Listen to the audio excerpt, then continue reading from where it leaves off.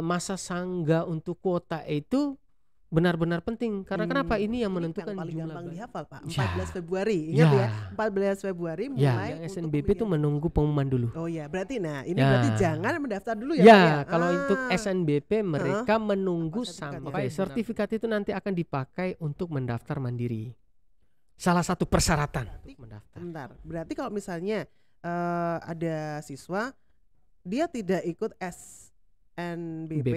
tidak ikut SNBT, tidak bisa ikut seleksi mandiri karena nggak punya sertifikat. Iya. Mungkin bisa ditaruh di sini juga ya. Iya, bisa Bisa di taruh. bawah sini Bisa di ada bawah. gitu. Bisa di bawah sini ya, nanti diakses sendiri. Iya, Persiapkan nanti dari kelas 10. Oh ya. Itu bakal akan menjadi nilai plus untuk penambahan nilai pada saat kita daftar SNPMB. Oke, ya. Kemudian ini memang sekali lagi perlu digarisbawahi Ya. ya untuk seluruh siswa di Seluruh SMA siswa. Cangkringan dan mungkin juga sobat semanca lain Ya. atau alumni dan orang tua Iya. bahwa persiapan untuk nanti lulusan dari SMA itu perlu dipersiapkan mulai dari kelas 10 ya Pak ya. Karena mereka kuliah terus bunuh diri dan lain Aduh, sebagainya. Itu kan naudzubillah yang paling ya Pak ya Pak. paling Jangan segan. ya, paling Jangan ditakutin sampai. di situ.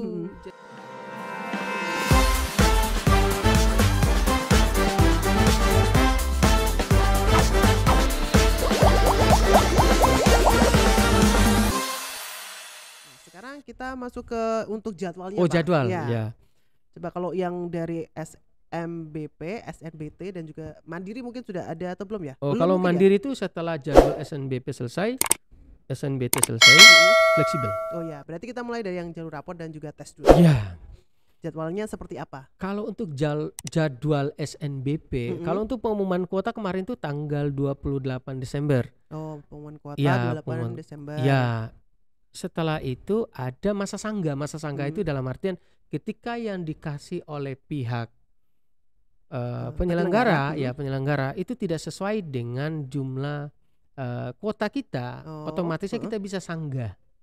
Kita bisa laporkan ke sana bahwa ini belum. ya perhitungan, setelah perhitungan mereka ngasih awalnya tidak sesuai dengan kuota kita, setelah kita hitung dengan 40% akreditasi tadi, maka kita bisa sanggah ke sana. Harusnya segini. Ya, harusnya segini. Jadi masa sanggah untuk kuota itu benar-benar penting. Karena kenapa? Ini yang menentukan jumlah banyak atau tidak kuotanya ya. Iya. Oke. Nah, setelah itu ada kita registrasi atau pembuatan akun. Tanggal berapa Pak? Itu kalau untuk registrasi akun itu di 8 Januari sampai 8 Februari 2024. Berarti masih ini ya, masih berlangsung ya? Ya, masih berlangsung. Untuk sementara ini. waktu ini masih berlangsung dalam pembuatan akun. Untuk sementara masih pembuatan akun. Sampai Februari. Ya, Kemudian setelah itu tidak hanya siswa yang buat akun, sekolah juga buat akun. sekolah buat akun untuk Ya. apa ini Pak? Buat akun untuk mengupload nilai-nilai yang sudah disiapkan tadi. Itu karena gini, kalau siswa buat akun, sekolah nggak buat akun, tidak nilainya bisa. nggak masuk ya? Ya, kalau sekolah buat, siswa nggak buat, sama aja. Iya. Jadi di sini kita membutuhkan antara siswa dengan sekolah untuk bekerja sama. Iya, Karena harus saling kenapa? berkesinambungan ya Pak? Ya, berkesinambungan. Karena kenapa? Ini biar nanti sama-sama kita untuk upload nilai, terus nanti setelah itu bisa data kita bisa kebaca di pihak penyelenggaranya tersebut. Ya, Nah, biar itu serempak untuk- juga ya. Pak ya. Jadi meminimalisir yang namanya kesalahan. Ya, Siswa sendiri kesalahan. bisa jadi, aduh aku belum upload itu. Ya, itu kita makanya itu dibutuhkan komunikasi sama literasi tadi. Iya, benar. Ya, literasi tadi. Iya. Gitu. Itu kita buat akun siswa sama akun sekolah itu berbarengan. Nah, 8 Januari untuk siswa, 9 Januari untuk sekolah. Jadi untuk sementara waktu ini lagi berlangsung. Oh iya, sedang berlangsung ya. Lagi berlangsung. Terus ada setelah semua itu terselesaikan pembuatan akun, kita penguploadan nilai yang namanya PDSS. Oh, PDSS Ya. itu penguploadan nilai. Ya, PDSS itu adalah pangkalan data sekolah dan siswa. Oh, pangkalan data sekolah dan siswa Ya, gitu ya. jadi itu data-data siswa dan sekolah ada di situ semua. Itu nanti kita upload nilainya di situ semua. Jadi satu persatu kita upload nilai secara teliti sehingga nanti tidak ada kesalahan. Ya. Jadi siswa tersebut ketika nanti dinyatakan lulus itu data sesuai atau data sama yang kita isikan dan nilai rapot yang sudah ada di rapot mereka masing-masing gitu ya, sesuai, harus sama. Benar, ya. Kalau berbeda kan itu nanti bahaya. Iya, bahaya. Bahaya nanti itu. Dipertanyakan. Dipertanyakan. Makanya kita harus benar-benar teliti dalam pengisian tersebut. Kalau untuk pengisian PDSS itu dia di tanggal 9 Januari sampai 9 Februari. Hampir sama ya, 9 hampir Januari, sama. 9 Februari gitu, sampai Februari. Kemudian untuk pengumumannya ini masih kalau pengumuman belum, itu pendaftaran dulu untuk jurusan. Kalau untuk SNBP untuk pemilihan jurusan ya? Pendaftaran untuk pemilihan jurusan itu di tanggal 14 sampai 28 Februari 2024. Ini yang paling gampang dihafal, Pak. 14 Februari. Ingat ya? 14 Februari mulai untuk pemilihan jurusan. Sampai jadi 2024. Ya, 28 Februari. 28. 28 Februari. Sampai akhir Februari berarti akhir Februari. 14 sampai 28 pemilihan jurusan. Pemilihan jurusan. Nanti kalau untuk pengumuman dia di bulan Maret tanggal 26 2024. Jadi setelah pemilihan jurusan itu nanti ada pengumuman. Nah, makanya SNBT menunggu. Jadi siswa-siswi yang sudah pengumuman dan dinyatakan lolos itu nanti mereka mempersiapkan diri untuk berkas dan lain sebagainya. Registrasi gitu ya, Pak ya. Kayak istilahnya laporan balik ya kampus. Laporan balik. Gitu. Di tanggal mulai berarti setelah pengumuman ya, setelah tanggal 26 Maret berarti. Setelah tanggal 26 Maret. Itu untuk jadwal SNBP. Kemudian lanjut ini berlanjut karena masih panjang. Panjang. SNBP sampai 26 Maret itu pengumuman. Itu pengumuman. Kemudian baru dimulainya SNBT. UTBK UTBK SNBT. Kalau untuk akun mungkin sama dengan SNBP, akun buatnya bareng. Tadi itu bareng. Udah registrasi. Terus untuk pendaftaran UTBK itu di tanggal 21 Maret sampai 5 April. Berarti untuk pendaftaran sendiri sebelum pengumuman dari SNBP sudah bisa udah bisa pendaftaran. Tapi kalau misalnya nanti diterima gimana nih, Pak? Kalau ini nanti kan ada pelaksanaannya. Pelaksanaan UTBK itu kan ada beberapa gelombang 1, gelombang 2. Jadi kalau untuk pendaftaran UTBK SNBT itu dia di 21 Maret sampai 5 April 2024. Terus pelaksanaannya itu ada 2 gelombang yang diinformasikan. Gelombang pertama itu dia di 30 April sampai dengan 7 Mei. 7 Mei. Terus UTBK yang gelombang kedua dia di 14 sampai 20 Mei. Di Mei jadi masih panjang. Mei, Nah, itu tadi Pak, yang pengumumannya untuk SNBP kan 26 Maret. Pendaftaran dimulai dari 21. Berarti yang mereka itu menunggu, yang SNBP itu menunggu pengumuman dulu. Berarti berarti jangan mendaftar dulu ya. Kalau untuk SNBP mereka menunggu sampai benar-benar dinyatakan lolos atau tidak. Jangan sampai terus mendaftar. Ini berarti harus dikawal juga ini harus dikawal. Makanya tadi literasi sama menunggu informasi yang diberikan. Jangan sampai terus double malah dia udah daftar ini. Panjang ceritanya ya. Harus membatalkan dan sebagainya. Jadi untuk siswa-siswi yang mau pengumuman itu kita menunggu dulu setelah tanggal 26 Maret. Setelah itu baru bisa daftar UTBK. Itu kan waktunya masih panjang tuh, jadi tidak perlu tergesa-gesa atau terburu-buru. Siap. Kemudian tadi sudah pelaksanaan pengumuman. Pengumuman itu dia di tanggal 13 Juni 2024. Berarti sudah selesai di sekolah ya, Pak ya?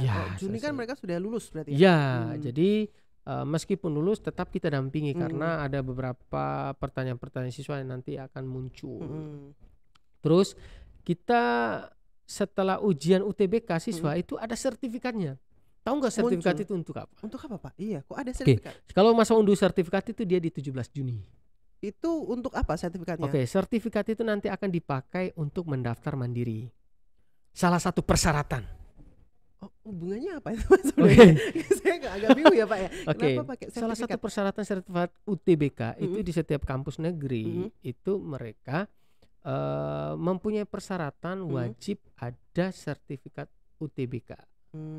Itu salah satu persyaratan berarti untuk mendaftar. Berarti kalau misalnya ada siswa dia tidak ikut SNBP, tidak ikut SNBT, tidak bisa ikut seleksi mandiri karena nggak punya sertifikat. Iya. Karena salah satu persyaratannya di situ. Jadi karena jalurnya SNBP, SNBT sama mandiri. Jadi kita mulai dari awal. Kalau seumpamanya dari awal kita berhasil, otomatisnya tidak perlu melanjutkan ke yang 2 tadi. Kalau yang dari awal kita nggak berhasil atau nggak lolos, ya sudah kita turun ke yang kedua SNBT. Setelah itu baru mandiri. Oh, ya. Karena tapi harus ikut SNBT. Iya, harus ikut SNBT kalau ingin melanjutkan ke mandiri. Gitu. Sehingga itu salah satu persyaratan di setiap kampus negeri yang ada di Indonesia wajib untuk unduh sertifikat UTBK-nya. Itu kan nanti dilihat untuk nilai dan lain sebagainya. Sebagai salah satu persyaratan untuk mengikuti mandiri. Mungkin juga supaya tidak ada double itu ya Pak ya. Misalnya ini ternyata dia sudah terima sana nggak punya sertifikat SNBT. Ditakutkannya ini lolosan SNBP gitu. Kok ikut mandiri di sini. Kalau gitu. SNBP itu dia tidak punya sertifikat. Ya, yang dapat sertifikat itu SNBT. Ya, berarti sekali lagi ini literasi penting ya Pak ya. Literasi penting. Yang bisa mendaftar SM atau seleksi mandiri hanya yang punya sertifikat SNBT. Itu salah satu persyaratan. Setiap kampus itu mereka punya persyaratan maksimal harus ada sertifikat UTBK. Minimal Pak. Ya, minimal ya. Minimal harus ada sertifikat UTBK. Oh ya, ini benar-benar harus memang ini sih dikawal dan juga banyak literasinya. Ya, harus mendampingi. Kalau nggak didampingi nanti takutnya siswa tidak berjalan, nanti tidak ada literasi, nanti mereka bingung di situ. Oh ya. Kemudian kalau untuk SM atau seleksi mandiri pasti jadwalnya juga mengikuti kampus kan Pak? Ya, mengikuti kampus. Gitu kan? Ya.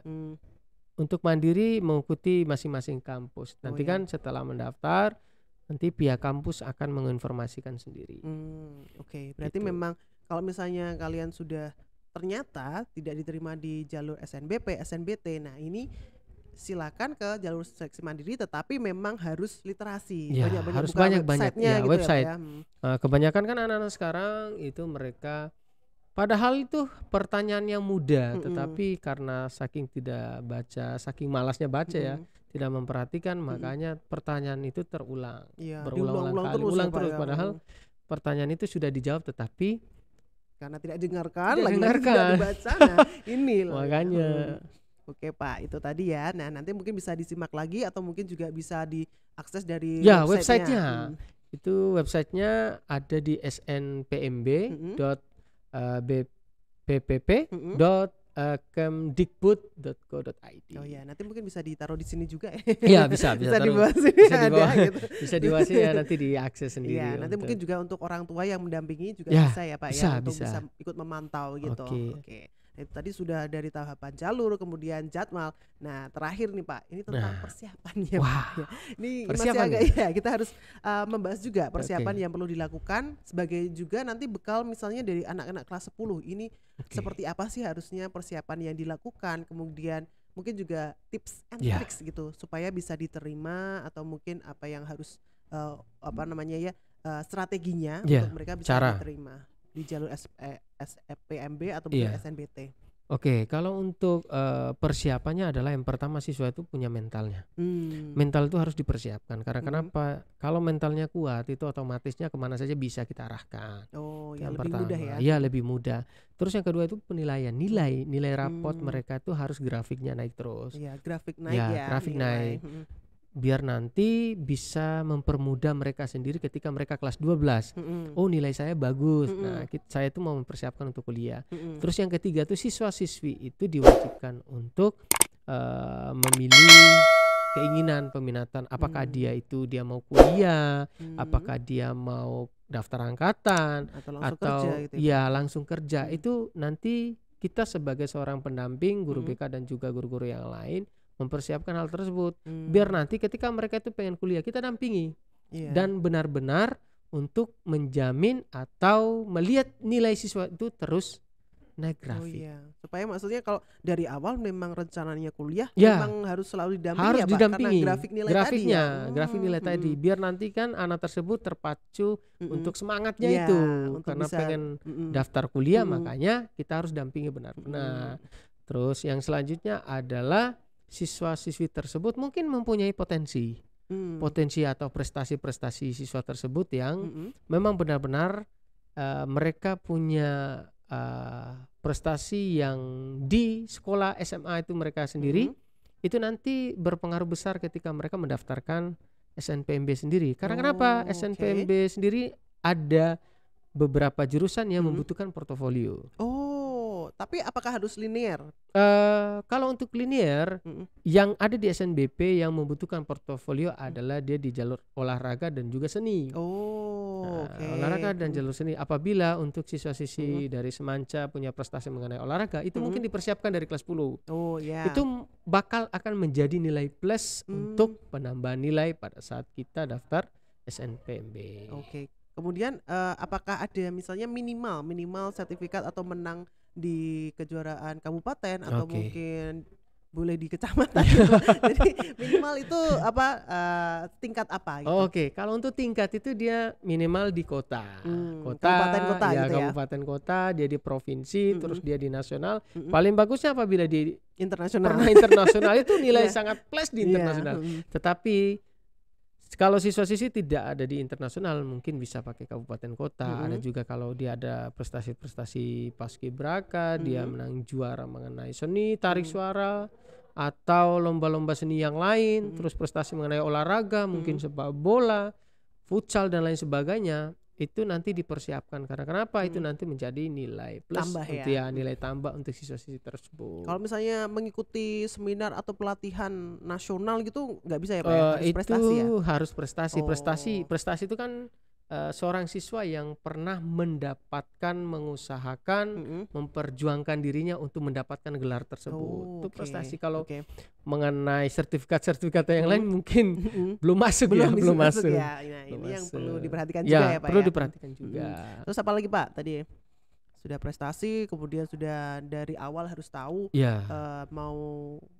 besok itu melangkahnya bagaimana, apakah kerja, kuliah atau mungkin angkatan. Terus tips yang lain ada lagi nggak Pak? Terus ditambah sama track record alumni. Track record alumni. Ini penting. Biasanya alumni itu terkadang itu setelah lulus mungkin karena saking sibuknya, ketika diberikan informasi untuk pengisian link dan lain sebagainya terkadang agak susah. Susahnya kenapa? Karena saking sibuknya dengan dunia masing-masing sehingga kita terkadang sulit untuk mendapatkan informasi tersebut. Karena ini penting.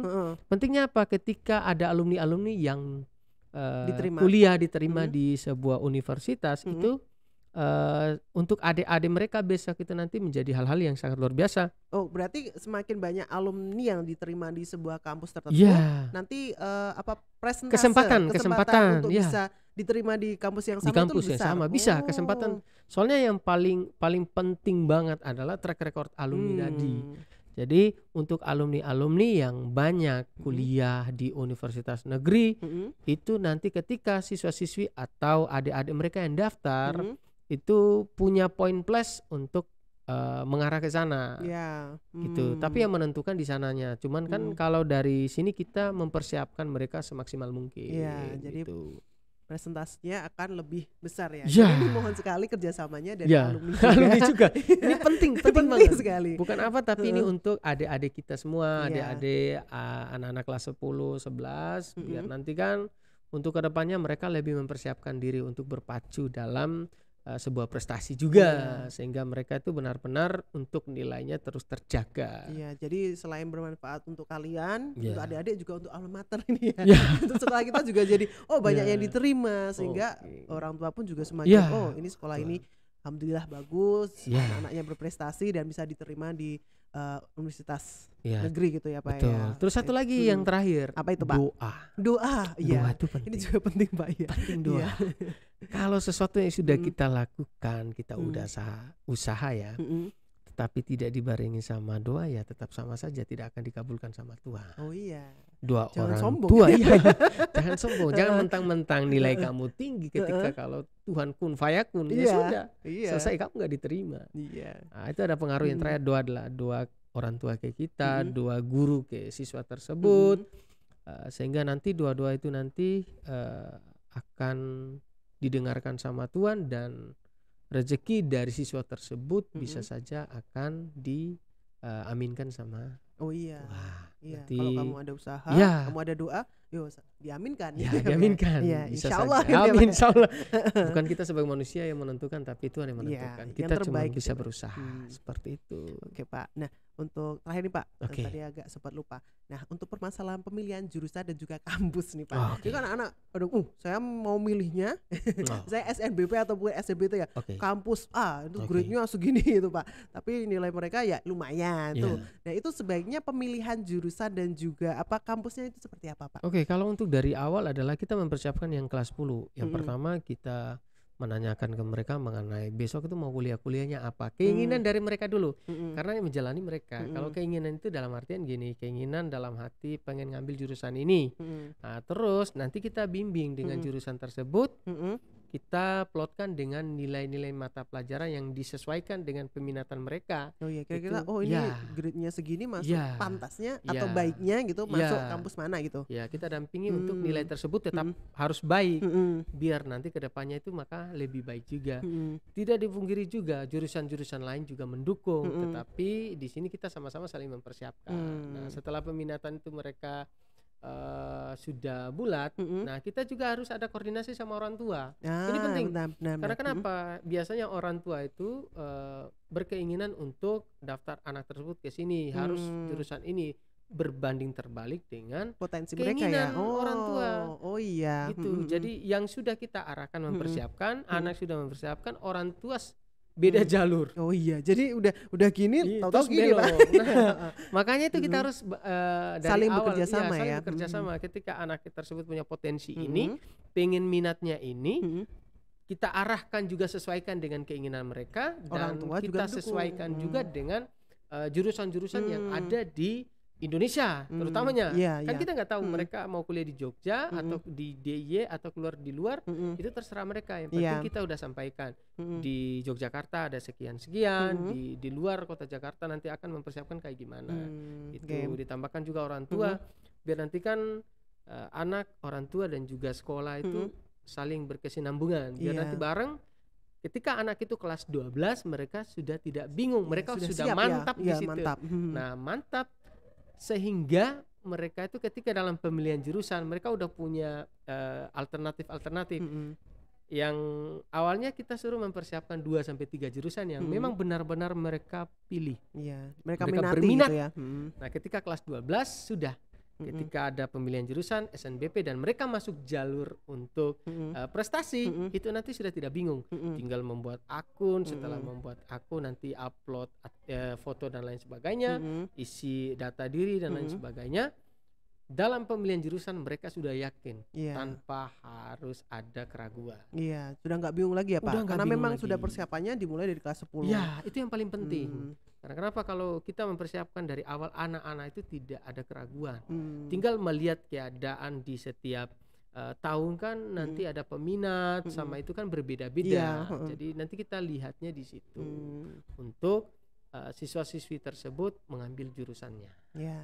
Nah ini memang sekali lagi perlu digarisbawahi Ya. ya untuk seluruh siswa di Seluruh SMA siswa. Cangkringan dan mungkin juga sobat semacam lain Ya. atau alumni dan orang tua Iya. bahwa persiapan untuk nanti lulusan dari SMA itu perlu dipersiapkan mulai dari kelas 10 ya Pak ya. Kelas 10, kelas Karena 10. memang nanti waktunya panjang, prosesnya panjang, kemudian juga itu tadi berhubungan dengan jurusan apa yang sesuai dengan potensi mereka. Ya, sesuai dengan keinginan juga. Iya, ini memang perlu ada komunikasi dari antara peserta didik, sekolah dan Ya. juga orang tua. Ya, karena Gitu. kita memanalisir untuk terjadinya ketika apa yang anak suka orang tua nggak suka, nanti ketika nanti pada saat kuliah putus di tengah jalan dan siswa tersebut nanti akan berdampak stres dan lain sebagainya. Iya. Kan itu hal itu bakal akan terjadi pada Iya. siswa tersebut ketika masa-masa kuliah dengan tidak berbaringi dengan keinginan dia. Iya, takutnya nanti malah nggak Iya.